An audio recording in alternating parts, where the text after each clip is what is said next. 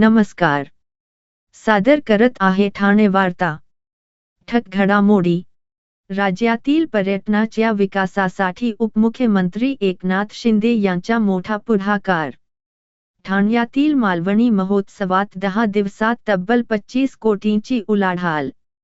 आणि भिवंडीवाडा या खाजगीकरणातून विकसित केलेल्या 64 किलोमीटर लांबीच्या रस्त्याची प्रचंड दुरावस्था.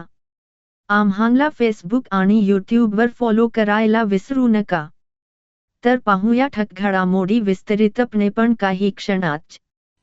आपण पाहत आहात श्री स्थानक वाहिनी, ठाणे जिल्ह्याचं मुख्य व्यासपीठ. ठाणे वार्ता पहा श्री स्थानक वाहिनीवर. आता सकाळी 9:15 पासून रात्री 9:15 पर्यंत ठाणे वार्ता, ठाण्यातील पहिलं दृकश्राव्य माध्यम. ठाणे वार्ता आणि श्री स्थानक वाहिनीचं लाईव्ह स्ट्रीमिंग ठाणेवार्ता.com वरील लाईव्ह स्ट्रीम वर क्लिक करा आणि अगदी मोबाईलवरही ठाणे वार्ता श्री स्थानक वाहिनीचा आनंद लुटा. यासाठी आमचं ॲप डाउनलोड करा. ठाणे वार्ता पहा श्री स्थानक वाहिनीवर. आता सकाळी 9:15 पासून रात्री 9:15 पर्यंत ठाणे वार्ता, ठाण्यातील पहिलं दृकश्राव्य माध्यम. आपण पाहत आहात श्री स्थानक वाहिनी, ठाणे जिल्ह्याचं मुख्य व्यासपीठ. मराठी भाषा संवर्धन पंधरवड्याच्या निमित्ताने सोमवारी सकाळी ठाणे महानगरपालिकेतर्फे ग्रंथदिंडीचे आयोजन करण्यात आले होते. या ग्रंथदिंडीत महापालिकेच्या शाळांचे विद्यार्थी, महापालिकेचे अधिकारी आणि कर्मचारी मोठ्या उत्साहाने सहभागी झाले.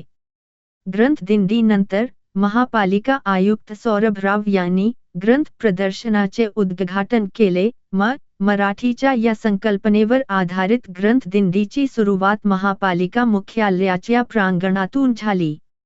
गोड बोलू, मराठी बोलू, माझी भाषा, मराठी भाषा, अभिजात भाषा, मराठी भाषा, माय मराठी, माझी मराठी, लाभले आम्हास भाग्य, बोलतो मराठी या घोषणांना आसमंत निनादून गेला. पारंपरिक पोशाख केलेले महापालिकेचे अधिकारी आणि कर्मचारी तसेच लेझिमच्या सुरावटींवर शिस्तबद्ध सादरीकरण करणारे महापालिका शाळांतील विद्यार्थी यांच्यामुळे संपूर्ण वातावरण मराठमोया रंगात न्हाऊन निघाले होते.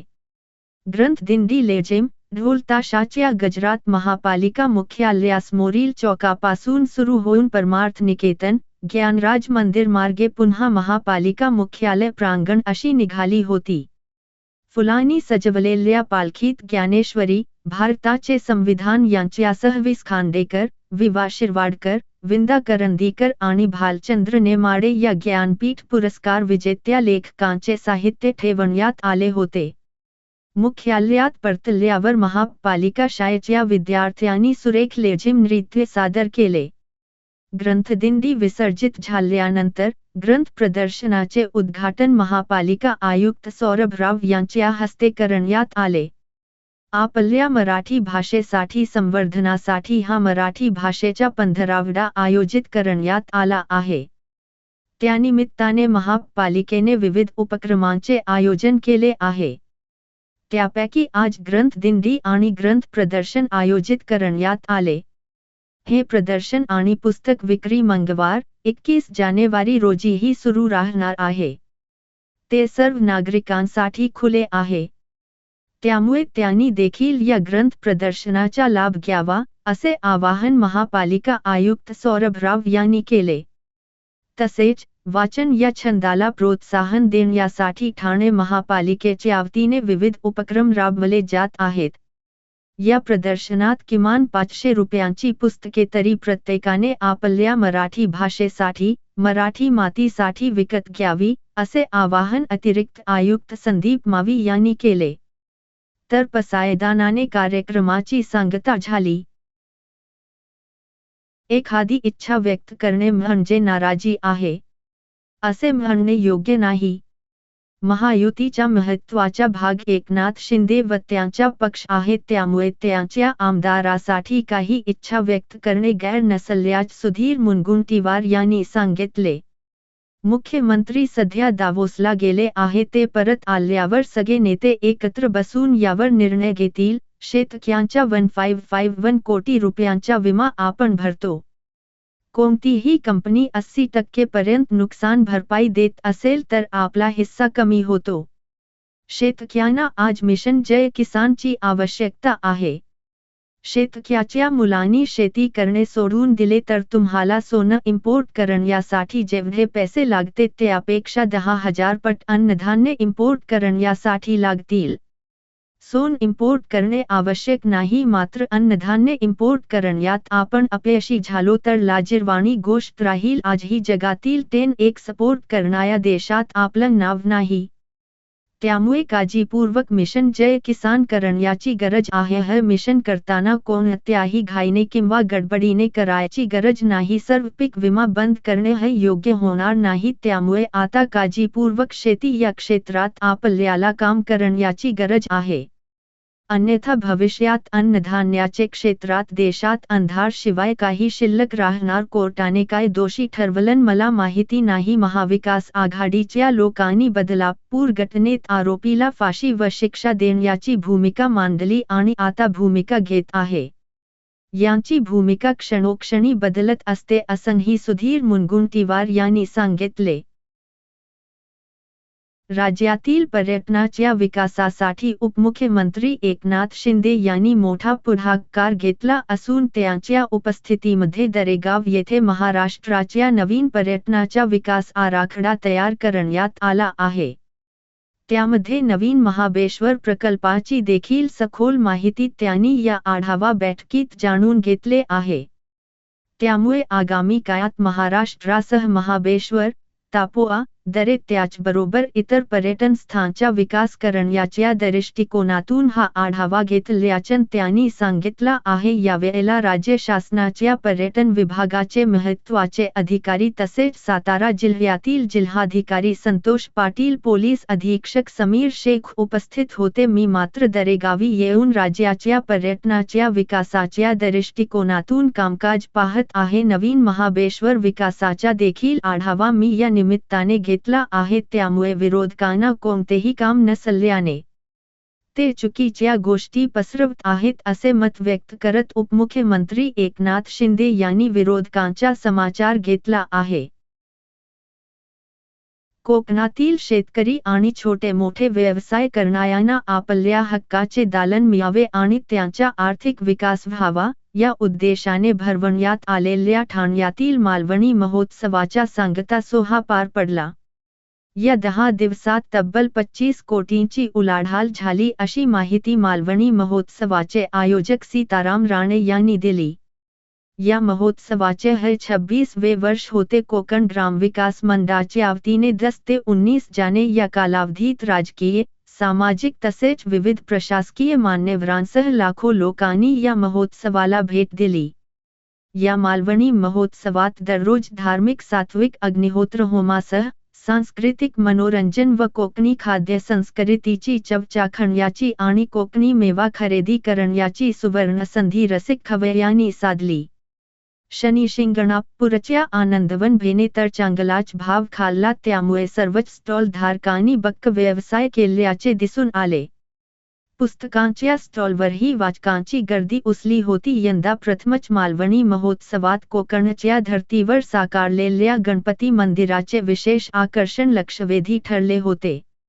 श्री गणेशाचे दर्शन घेऊन अग्निहोत्र विधी करण्याची सुविधा महोत्सवामध्ये उपलब्ध करण्यात आलेली असल्याने शेकडो जणांनी या अग्निहोत्रामध्ये सहभाग नोंदवला. मुख्य प्रवेशद्वाराला यंदा मालवणी खाद्य संस्कृतीचे भोगते अरुण लोंढे प्रवेशद्वार असे नाव देऊन आयोजकांनी भावनिक ऋणनिर्देश जपल्याचे दिसून आले. याशिवाय महोत्सवात दररोज होणाऱ्या सांस्कृतिक कार्यक्रमांसाठी बच्चे कंपनी आणि महिलांची गर्दी उसलेली पाहायला मिळाली. महोत्सवात सांस्कृतिक कार्यक्रमात काव्य वाचनाच्या पर्वणीसोबतच एकाच वेळी शारदा प्रकाशनच्या 5 पुस्तकांचे प्रकाशन देखील मान्यवरांच्या हस्ते करण्यात आले. लाडक्या बहिणींसाठी यंदा आयोजित केलेल्या राहुल निनाद प्रस्तुत राहुल ढेंगे आणि निनाद सुतार यांच्या खे रंगला पैठणीच्या स्पर्धेला उदंड प्रतिसाद लाभला. या अटीतटीच्या स्पर्धेत संगीता गायकवाड प्रथम क्रमांकाची मानकरी ठरून त्यांनी महाराणी पैठणी पटकावली. द्वितीय क्रमांक सीमा जगताप आणि रुचिता देशमुख तृतीय क्रमांकाने विजेत्या ठरल्या. महोत्सवात भेट देणाऱ्या खवय्यांनी मालवणी चवीच्या कोंबडी वडे, सागोती आणि चवदार मच्छी तसेच कोकणातील विविध खाद्यपदार्थांची रेचलेल पाहण्यास मिळाली. कोकणातील विविध खाद्यपदार्थांची चव चाखण्याचा आनंद ठाणे तसेच मुंबईकरांनी मनमुराद लुटला. मालवणी महोत्सवातील आकर्षक विद्युत रोषणाईच्या सेल्फी पॉइंटवर तर फोटो काढण्यासाठी तुडुंब गर्दी उसलेली पाहायला मिळाली. बंदी असताना बैलांची झुंज आयोजित करणाऱ्यांवर गुन्हा दाखल करण्यात आला आहे. सोनारपाडा परिसरात धक्कादायक घडला आहे. बैलांची झुंज लावणे प्रकारावर बंदी असताना या परिसरात बैलांची झुंज आयोजित करण्यात आली होती. बैलांची झुंज बघण्यासाठी नागरिकांची मोठी गर्दी झाली होती. सोशल मीडियावर या झुंजचा व्हिडिओ व्हायरल झाल्यानंतर मानपाडा पोलिसांकडून आयोजकांवर गुन्हा दाखल करण्यात आला आहे.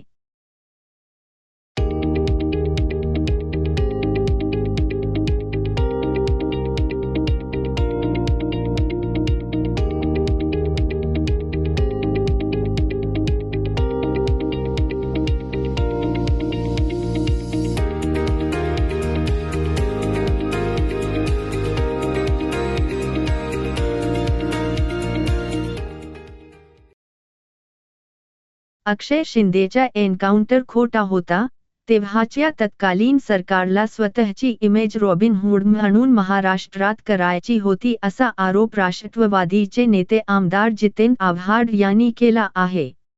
न्यायाने निर्णय देण्याआधीच न्याय द्यायचाही जी ओढ लागली आहे हे सगळं बरोबर नाही. हे कायद्याचे राज्य आहे. ठाणे पोलीस हे फक्त राजकीय हस्तक म्हणून काम करत असतात. खास करून ठाणे पोलीस अगदी मर्डरच्या आरोपीला सोडवण्यापर्यंत ठाणे पोलिसांची मजल गेली आहे.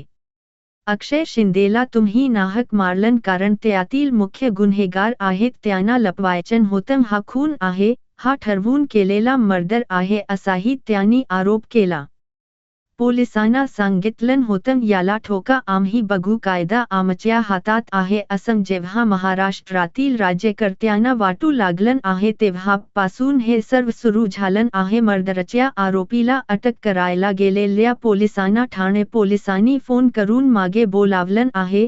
त्या अधिकाऱ्याचे नावही सांगेल, फोन कोणी केला तेही सांगेन. सर्वच खोटं रचलं होतं. ही फायरिंग कुठे झाली, ही गाडी कुठे थांबली, सर्वच खोटं आहे. माझ्याकडे साक्षीदार आहेत. माझा एकही आरोप खोटा ठरणार नाही याची गॅरंटी आहे. अक्षय शिंदेची निर्गुण हत्या केली त्याला जबाबदार पोलीस नाही, त्या पोलिसांच्या डोक्यात भरवणारे, त्यांना आदेश देणारे कोणते शोधून काढा. खरे म्होरके पकडले गेले नाहीत. म्होरके जेव्हा ताब्यात आले, हजर झाले तेव्हा अक्षयचा एन्काउंटर झाला असेही त्यांनी सांगितले. भिवंडीवाडा या खाजगीकरणातून विकसित केलेल्या 64 किलोमीटर लांबीच्या रस्त्याची प्रचंड दुरावस्था झाली आहे. या नादुरुस्त झालेल्या रस्त्याने प्रवास करणारे प्रवासी, चाकरमानी व विद्यार्थी हैराण झाले आहेत. शिंदे गटाचे भिवंडी ग्रामीणचे आमदार शांताराम मोरे यांनी सार्वजनिक बांधकाम विभागाच्या अधिकाऱ्यांसोबत या रस्त्याची पाहणी केली होती.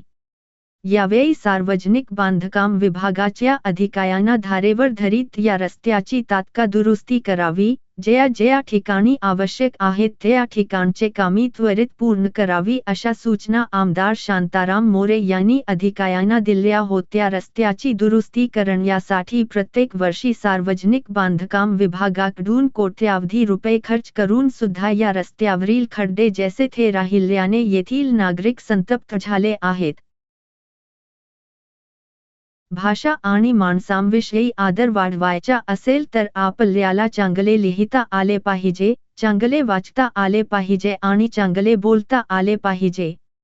ज्याला हे साध्य होते त्याला वेगवेगळ्या भाषांचा आनंद घेता येतो. भाषा हे माणसांमधील आदर वाढविण्याचे महत्त्वाचे साधन आहे, असे प्रतिपादन आंतरराष्ट्रीय ख्यातीचे सुलेखनकार अच्युत पालव यांनी केले आहे. मराठी भाषा संवर्धन पंधरवड्याच्या निमित्ताने पालव यांनी ठाणे महापालिका मुख्यालय येथे सुलेखनाचे प्रात्यक्षिक सादर केले. मराठी भाषा संवर्धन पंधरवड्याच्या निमित्ताने ठाणे महानगरपालिकेने विविध कार्यक्रमांचे आयोजन केले आहे. सोमवारी नरेंद्र बल्ला सभागृह येथे आंतरराष्ट्रीय ख्यातीचे सुलेखनकार अच्युत पालव यांच्या सुलेखन प्रात्यक्षिकाचा कार्यक्रम झाला. त्याला महापालिकेच्या अधिकारी आणि कर्मचाऱ्यांनी उत्स्फूर्त प्रतिसाद दिला. कागद, रंग, सुलेखनाची साहित्य आणि जोडीला खुसखुशीत शब्दांतील विवेचन असे पालव यांच्या कार्यशाळेचे स्वरूप होते. मराठी शब्दांचे वेगवेगळे विभ्रम पालव यांनी त्यांच्या वैशिष्ट्यपूर्ण शैलीमध्ये दाखवले. सुलेखनासाठी आवश्यक असणारी साधने, लेखणी, रंग त्याविषयी त्यांनी उपस्थित मार्गदर्शन केले. सुलेखनातील सररेषांचा सराव हा माणसाच्या मनातील तणाव दूर करणे, दोन माणसांमध्ये किती अंतर असते याचे भान दर्शवतात. शिस्त आणि एकाग्रता यामधून सुलेखनातील आकार साकारतात, असे पालव यांनी स्पष्ट केले. मराठी अक्षरे, नावे, गाणी यांच्या ओय सुलेखनातून पालव यांनी साकार केल्या त्याला उपस्थितांनी जोरदार प्रतिसाद दिला. विद्या प्रसारक मंडळाच्या ग जोशी कला आणि न गो बेडेकर वाणिज्य महाविद्यालयात डॉक्टर वा ना बेडेकर स्मृती व्याख्यानमालेचे 42वे पुष्प पाणिनी सभागृह येथे संपन्न झाले. यावेळी मुंबई विद्यापीठाचे कुलगुरू डॉक्टर रवींद्र कुलकर्णी हे प्रमुख वक्ते म्हणून उपस्थित होते. यावेळी बोलताना डॉ. विजय बेडेकर यांनी भारताचे बौद्धिक क्षेत्रातील योगदान जागतिक पातळीवर मोठ्या प्रमाणावर वाढविणे गरजेचे आहे व ते शक्य आहे यासाठी सर्वांनी एकत्रित प्रयत्न करायला हवे असे प्रतिपादन केले. महाविद्यालयाच्या प्राचार्या डॉ. सुचित्रा नाईक राष्ट्रीय शैक्षणिक धोरण विद्यार्थ्यांसाठी रोजगाराच्या संधी उपलब्ध करून देणारे ठरेल व येणाऱ्या काळात याचा प्रत्यय सर्वांना येईल, असे मत व्यक्त केले. डॉ. प्रज्ञा राजेबहादूर यांनी कुलगुरू डॉ. रवींद्र कुलकर्णी यांची जाहीर मुलाखत घेत आजच्या शिक्षण क्षेत्रासमोरील संधी व आव्हाने या विषयावर त्यांना विविध प्रश्न विचारले. डॉ. कुलकर्णी यांनी आज पालकांनी विद्यार्थ्यांना त्यांचे स्वतःच्या आवडीचे करिअर निवडण्याची मुभा घ्यावी व त्यात कोणतेही आडकाठी आणू नये असे मत व्यक्त केले. डॉ. रवींद्र कुलकर्णी यांनी त्यांच्या मुलाखतीत आजच्या शिक्षण क्षेत्रासमोरील आव्हाने व संधी याविषयी आपले विचार मांडले. नवीन शैक्षणिक धोरण NEP व त्याच्या अंमलबजावणी प्रक्रियेवर मार्गदर्शन केले. त्यांनी NEP अंतर्गत शिक्षणातील लवचिकता, कौशल्य विकास आणि शिक्षण पद्धतीमध्ये होणारे बदल यावर सखोल चर्चा केली. विद्यार्थ्यांना स्वतःच्या आवडी क्षमतानुसार अभ्यासक्रम निवडण्याचे स्वातंत्र्य मिळत असून 2 कोर्सेस किंवा इतर महाविद्यालयातील कौशल्य विकास कोर्सेस निवडण्याची संधी आहे, असे त्यांनी नमूद केले. डॉ. कुलकर्णी यांनी शिक्षणात तंत्रज्ञान व कृत्रिम बुद्धिमत्तेच्या महत्त्वावर भर दिला. त्यांनी सांगितले की चा उपयोग स्मरणशक्ती वाढवण्यासाठी, व्यवस्थापन कौशल्यासाठी आणि अध्यापन तंत्र सुधारण्यासाठी केला जाऊ शकतो. प्रत्येक विद्यार्थी वेगळा असतो, त्यामुळे आधारित वैयक्तिक अध्यापन पद्धती उपयोगी ठरू शकतात. संशोधनाची गरज आणि समाजोपयोगी संशोधनाचे महत्त्व यावरही त्यांनी विचार मांडले. मुंबई विद्यापीठाच्या दृष्टिकोनाबद्दल बोलताना त्यांनी विद्यापीठाने तयार केलेलं NEP चे मॉडेल हे अन्य विद्यापीठांसाठी रोल मॉडेल म्हणून विकसित करण्याचा संकल्प व्यक्त केला. यावेळी डॉ. कुलकर्णी यांनी महाविद्यालयाच्या इतिहास विभागाद्वारे आयोजित सिंधू संस्कृतीवरील प्रदर्शन या प्रकल्पालाही भेट दिली. प्रकल्पात सहभागी प्राध्यापक, विद्यार्थी तसेच स्वयंसेवकांचे कौतुक करण्यात आले. महाराष्ट्रातील भगिनींना आधार देणारी राज्य शासनाची मुख्यमंत्री माझी लाडकी बहीण योजना. या योजनेअंतर्गत अल्प उत्पन्न गटातील 21 ते 65 वयोगटाच्या भगिनींना मिळणार दरमहा 1500 रुपयांची मदत. अर्ज करण्यासाठी 31 ऑगस्ट 2024 पर्यंत मुदतवाढ. कुटुंबाचं वार्षिक उत्पन्न 2.5 लाख रुपयांपेक्षा कमी असलेल्या महिला पात्र. कुटुंबाकडे पिवळं किंवा केशरी रेशन कार्ड असल्यास उत्पन्नाचा दाखला आवश्यक नाही. पांढरं रेशन कार्ड असेल किंवा रेशन कार्ड नसेल तर कुटुंबाचं वार्षिक उत्पन्न 2.5 लाखांपेक्षा कमी असल्याचा दाखला आवश्यक. योजनेसाठीचा ऑनलाईन अर्ज नारी शक्ती दूत ऍप वरून किंवा पोर्टलवर भरता येईल. ज्या भगिनींना ऑनलाईन अर्ज भरता येत नसेल त्यांच्यासाठी अंगणवाडी, ग्रामपंचायत, वॉर्ड ऑफिस, सेतू सुविधा केंद्रामध्ये किंवा आशाताई बचत गटाच्या CRP यांची मदत उपलब्ध. आता आपल्याला अभिमानानं म्हणता येईल, सुखी आणि सुरक्षित आहे माझी लाडकी बहीण. आपण आपले कार्यक्रम किंवा बातम्या आम्हाला ठाणेवार्ता@gmail.com या ईमेलवर कळवू शकता. ठक घडामोडी शेवटी पुन्हा एकदा. राज्यातील पर्यटनाच्या विकासासाठी उपमुख्यमंत्री एकनाथ शिंदे यांचा मोठा पुढाकार. ठाण्यातील मालवणी महोत्सवात 10 दिवसात तब्बल 25 कोटींची उलाढाल. आणि भिवंडीवाडा या खाजगीकरणातून विकसित केलेल्या 64 किलोमीटर लांबीच्या रस्त्याची प्रचंड दुरावस्था. या होत्या ठाणे वार्ता. आपली एखादी बातमी बघायची राहून गेली असेल तर आपण ठाणेवार्ता.in या आमच्या संकेतस्थळाला किंवा आमच्या फेसबुक पेज संच YouTube चॅनेलला अवश्य भेट द्या. तर मग पुन्हा भेटू पुढील बातमीपत्रात फक्त श्रीस्थानक वाहिनीवर. धन्यवाद.